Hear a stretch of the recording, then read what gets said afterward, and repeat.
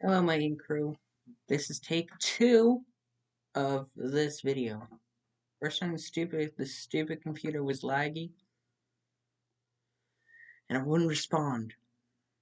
So I'm going to be watching 3 short stories by Mama Arts. I had just reluctantly returned home from an extended vacation trip to Japan, after experiencing delicious food beyond compare, a beautiful country, and spending time with amazing people.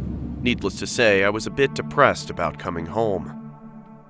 On my first day back home, I went straight to my bedroom and passed out before doing anything else. Rather, I didn't have the energy to do anything else. It was probably for that reason that I failed to notice subtle hints that my home was not as lonely without me as I believed. Hours later, I awoke in the middle of the night to the sound of Do you have cockroaches in your floorboards? Ugh. scuttling noises and the floorboards creaking. Understandably confused, I got out of bed and made my way into the hallway that was connected to both the living room and kitchen. Cautiously, I crept my way through the darkness, groping the wall next to me for balance in my tired state as I trudged forward. I, however, made the fatal mistake of stepping onto one of the loudest boards in the hallway, alerting whoever or whatever was lurking in the shadows of the next room. I paused. That's a person in all black. It's probably a hacker.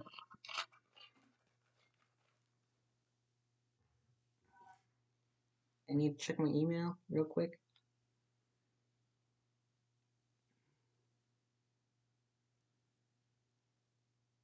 Really, Twitter?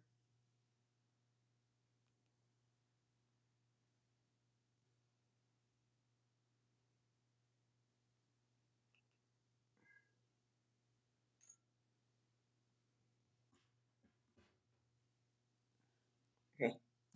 As did the entity in the next room, before a whoosh of air was heard as they retreated into whatever crevice they had come out of.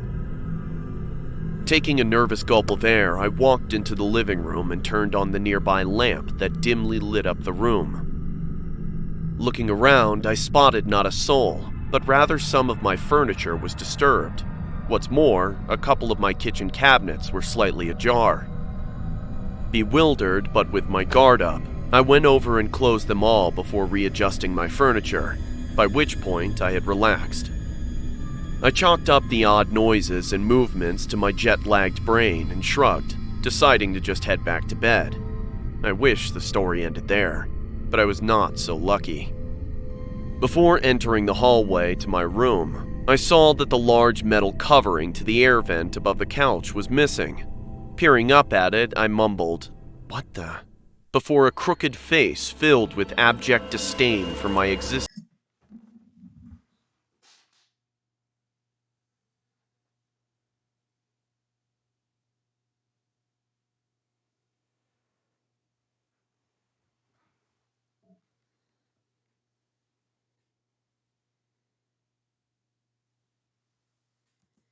popped into view. Startled, I fell to the ground and began crawling away as I heard the man begin screeching incoherently as he dropped down onto the couch. I watched in horror as his joints cracked beneath his raggedy hoodie and heavily stained jeans. He stared at me, silent now, before brandishing a knife out of his back pocket and pointed it towards me. "My house now! Mine! Mine! You left it! It's mine!" He shouted with a slurred voice as he charged towards me. I hurriedly crawled towards my room and slammed the door behind me and locked it as he started jabbing his blade into the door, yelling at me to die. Shakily, I called the police and sobbed as I told them what was happening. Thankfully, I was told a patrol car was nearby my neighborhood and they would be at my house in minutes. I stayed on the phone and picked up a baseball bat just in case that deranged cretin broke down my door. A few horrendous minutes later, the police arrived, and after a quick but violent struggle, they managed to subdue the intruder. After locking him in the back seat of the patrol car, the cops investigated my house and found that the man apparently had been living there while I was gone. But not just that. Apparently, he'd been staying at my house without me noticing for a few months.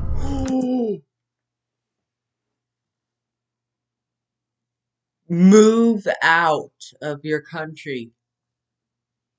Go to, like, my country, for example. Move out of this area. According to the police, they found paper stuffed under the couch that was filled with nothing but incoherent ramblings about how he planned to kill me one day when the time was right.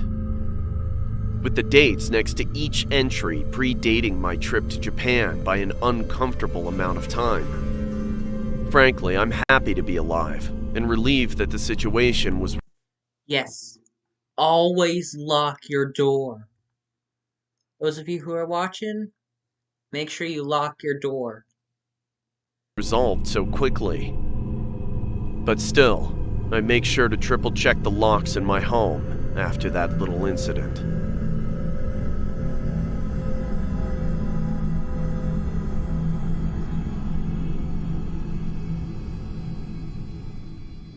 That was awesome. Thank you for sticking. Don't promote your merch on my channel, Llama Arts. Llama Arts, no promoting your merch, please.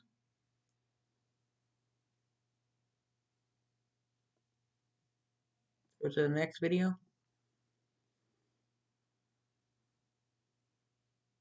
Hello?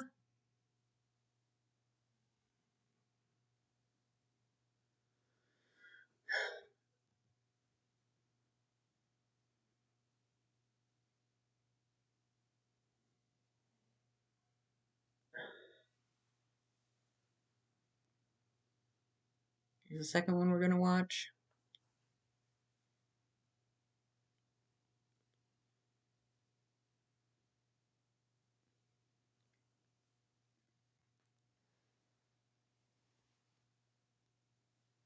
Come on.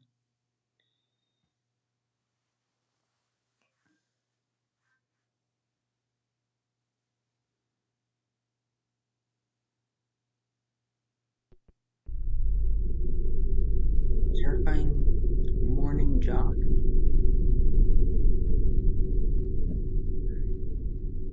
Before heading to my local community college for classes, I like to wake up at around 5 in the morning for a brisk morning jog. It helps clear my head and definitely helps wake me up so I can focus in class. When I first started doing this, it was a huge hassle, but over time I grew accustomed to it, and it's now a highlight of my day. However, as time went on, I found myself becoming quite uncomfortable. Not in a physical sense, but more so it was like my fight or flight instincts began kicking in seemingly at random. I'd whip my head around to see if anybody was following me or even peeking at me through the wooded park in which I ran, but couldn't see anybody. It didn't help that it was dark either, so even if there was somebody creeping in the dark, there was no way I could tell. As an extra precaution, I started carrying around some pepper spray in order to fend off any would-be attackers. But as time went on and that eerie sensation occurred more and more, I just couldn't bring myself to run anymore. A friend of mine, Daniel, a self-proclaimed runner himself, told me that I shouldn't worry about it.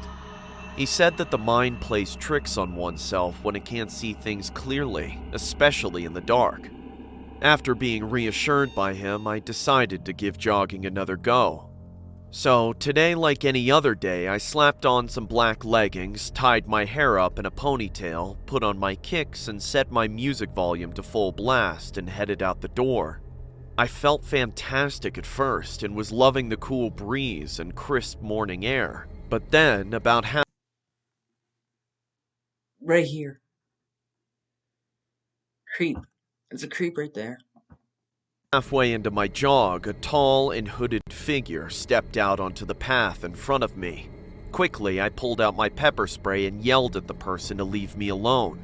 The person quickly pulled down their hood, revealing themselves to be Daniel. I sighed with relief as he approached and laughed at how funny it was that we ran the same path. I expressed to him that I felt safer knowing he was around. Daniel, however, stepped a little too close and gave a crooked smile. He said that of course I was safe with him, as apparently I had been safe with him for weeks. The realization of what he meant quickly dawned on me, as his hands began to creep their way around my waist. I screamed at him to let me go and prepared to spray him, but he slapped it out of my hand and proceeded to grab my throat. With strained screams, I begged him to let me go and for someone to help me. He yelled at me and tightened his grip, asking why I wasn't thankful for his watchful eyes for the past several weeks. I was stunned at the complete personality change from the once gentle friend I knew. Pretty soon, I started to black out and grow weak, but just before passing out, I could hear the sounds of dogs barking and an older man screaming for Daniel to let me go. In a panic, he released me and ran back into the woods. I gasped for air before I began sobbing as the man escorted me out of the park and brought me straight to the police station. And despite my fears and reservations, I told them everything I knew about Daniel, or what I thought I knew, and what he had done to me. They immediately sent a patrol car out and told me that everything would be okay. The next day, I heard Daniel never showed up to class. He had been arrested several hours later after I left the police station and confessed to everything with a disgusting amount of self-righteousness. He was recorded as saying, "She needed me, only I can protect her. Who knows what could have been hiding in those woods?" It took me a while to feel comfortable going back to school, and even then my trust in people was never the same again.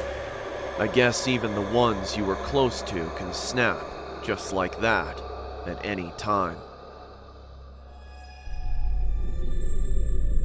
PTSD. The part where that person grabbed right onto his throat, that is definitely PTSD shiz right there. Definitely.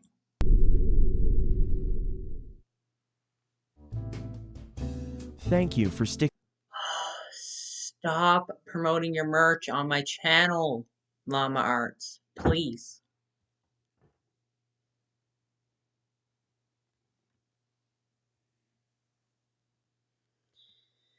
Okay. One more video.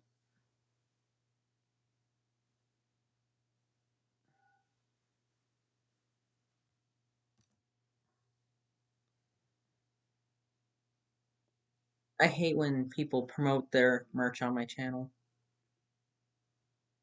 I'd rather promote mine, even though it's very crap.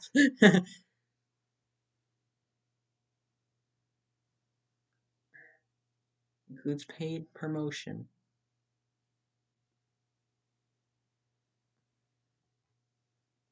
This is the last video.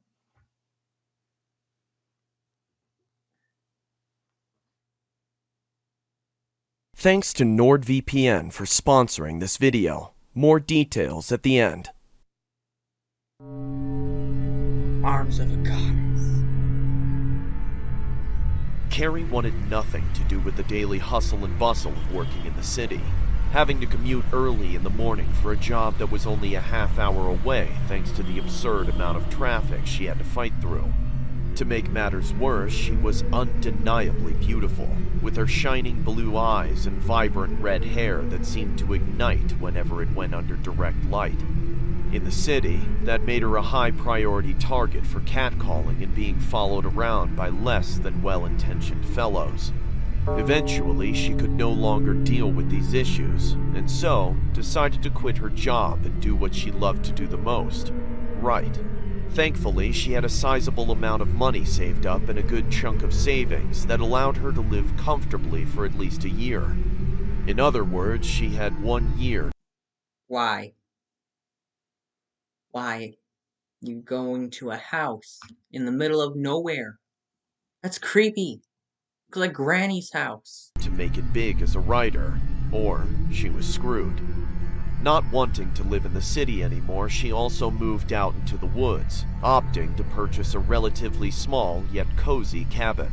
Her family was understandably upset by this turn of events, but she did not mind their frustrations. What was done, as she told them.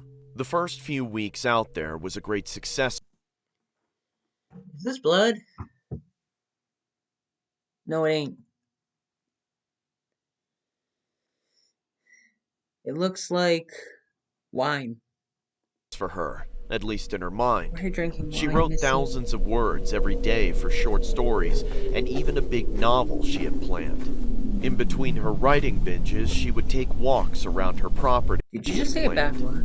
In between her writing binges, she would take walks on a big novel she had planned. In between her writing binges, she would take walks around a big novel she had planned. In between her writing binges, she would take walks around Binges. her property, soaking in the sweet and natural scents that the outside world had to offer. You. Oh, it's just a caterpillar. They ain't that bad. Taking inspiration from the earth around her and the occasional occurrence of a small forest critter that brought her joy. One day, however, when she was on one of her walks and a few miles away from her cabin, she encountered something odd. Beneath one of the pine trails she often frequented was a rather arcane-looking skull that brought her a great deal of Ooh. It's creepy. concern and confusion. She knelt down to inspect it and cocked an eyebrow as she looked it over. By all measurements, it looked like a normal skull of a deer, complete with antlers. There were two odd additions to the skull, however. The first was that there were two small horns that protruded just above where the forehead would be. And the second was that just below where its eye sockets were another set of eyes that were about the size of a human's. Hoping that it was just some cruel trick or some artistic creation and some abomination, she decided to pick it up and find out for herself. No. Do not investigate. Hashtag do not, no investigating, please. Like Dang Matt Smith would say. Hashtag no investigating. Upon touching the skull, she instantly felt a deep sensation of dread surge throughout her body, making her feel sick. Carrie backed away from it in a hurry and eyed it frightfully as she stumbled to her feet and jogged all the way back to her cabin, all the while trying to ignore the feeling of being watched as she did so. As soon as she arrived home, she slammed the door behind her and locked it. She then closed her blinds and peeked outside through them to try and see if there was actually someone there, or if her mind was just playing tricks on her. When nothing happened after a few minutes, she slumped down onto her couch and sighed in relief, chalking the situation up to just being isolated from others for an extended period of time. That night, as she was writing, she was interrupted by the loud grunting of a deer. She chuckled, thinking it was just some buck making its way through the area. Her hands froze in fear when a cacophony of grunts piped up one after another. Quickly, she turned off all the lights inside, grabbed a knife from the kitchen, and went to the window praying to God that there was just a herd of deer outside. To her complete and utter dismay, she was wrong. Standing in front of her cabin about 10 yards away stood 3 individuals wearing long black cloaks.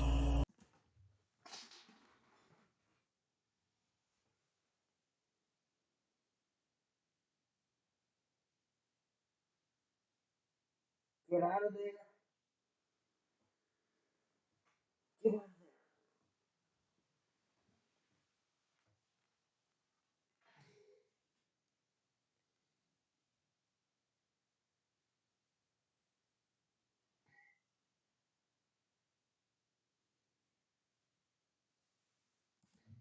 Adorning their heads were deer skulls, the same type of deer skull that she had encountered earlier that day. One by one, they made the same grunting sounds from before, only this time they began walking towards the cabin. Understandably freaked out, she grabbed her phone and attempted to call the police. Tears filled her eyes as she saw "no service" written across the top of her phone. In frustration, she threw it on the ground and returned to the window to see that they were nearly at her door now, their grunts louder than ever. She screamed at them to go away, that she was armed, and to just leave her alone. After her panic-filled rant, she backed away from the window, shakily holding the knife in her hands. Seconds later, she turned into a sobbing mess as the individuals antagonizing her began knocking on her door. Please, just go away! She screamed. The knocking became louder and more insistent as time went by, until just when she thought she couldn't take it anymore, it stopped. What? She asked aloud, surprised that the threat decided to move along. She untensed her body and leaned up against the wall to compose herself. Without warning, a loud metallic clanging sound was heard, and she saw her doorknob stumble out of the door and onto the wooden floor below. Slowly, her door creaked open, and in stepped the tallest of the three masked individuals. Even with his face obscured, she could see how distorted and disfigured his features were beneath the skull. Stop! Please leave! Don't make me use this! Carrie shouted as she raised the knife back up and aimed it towards him. He did nothing but stand silently and outstretched his arms as though he were a saint posing for a painting. In defiance, Carrie screamed and charged toward the man, knife poised to pierce his chest. Quicker than the wind, he swatted her hand to the side and followed up with a power punch to her gut, winding her in the process. She collapsed limply into his arms, heaving and gasping for air. "Chair," she heard him command the other two who rushed into the cabin. Taking a chair from her dining table, they set it in the middle of the room, and Carrie was gingerly seated in it. Defenseless and weak, she whispered for them to take whatever they wanted, but to just leave her alone as they proceeded to strap her down with twine. "The goddess despises material goods. Divinity has no such need for such petty items. What she seeks is beauty, and the ability to create beauty. You're a writer, yes? Surely you know what I mean." How do you know I'm a writer? "Because the goddess led you to us, my dear." I don't understand. Carrie muttered as she looked between the three men. "Sculptures, paintings, pottery, buildings, books, shrines, all created with the arms of talented individuals. You should feel blessed." Carrie squinted her eyes at him, completely bewildered at the situation. Why are you here? "She says you have lovely arms, Carrie." Excuse me? Tears. No. You better not think about cutting off her arms.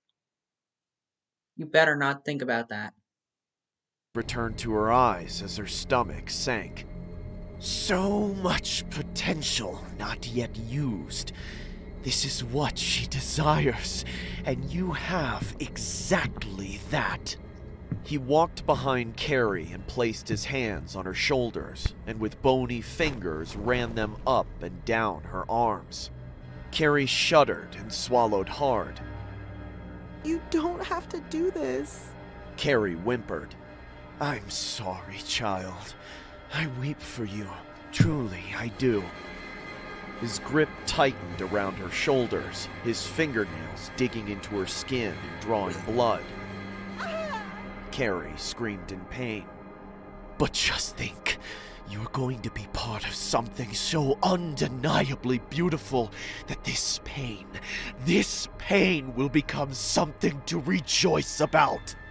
Upon realizing what was going to happen to her, Carrie's eyes widened and she thrashed around, begging and pleading to be let go. But all of those pleas fell upon the ears of men deaf to her plight. Detective Holt walked under the yellow tape that surrounded the cabin of Carrie Wilkins and went straight inside. In the center of the room sat the woman in question. He shook his head and did his best not to vomit at what he saw. A ring of leaves surrounded the chair that Carrie sat in, and a crown of twigs and flowers adorned her bloodied head. Her mouth was agape, with a few berries resting upon her tongue. Worst of all, her arms had been surgically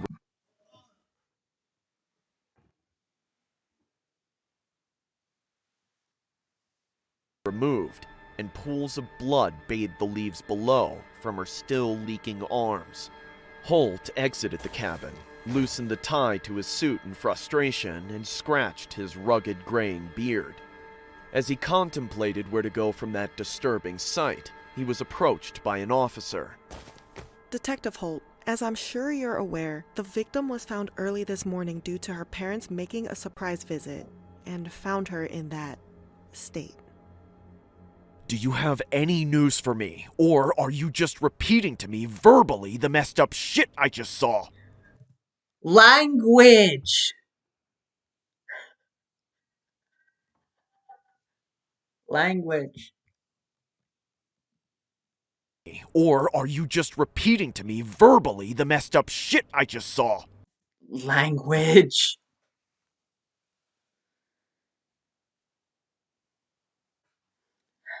Sorry, but eh.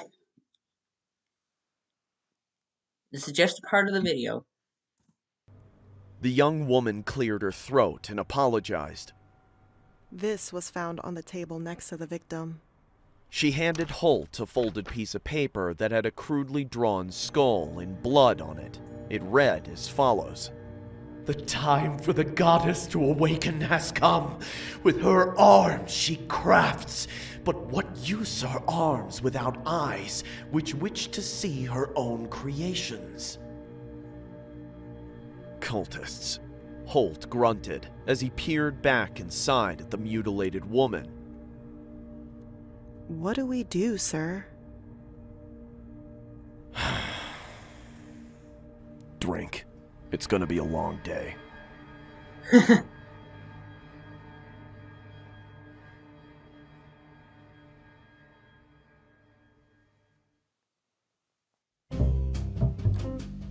What? Hi, I'm Llama, and I'm here to talk to you about... Don't promote. I'm gonna cut it here. If you enjoyed this video, like, comment, subscribe, turn on the bell so you never miss an upload. Till then, I'll see you in my next video. Peace out.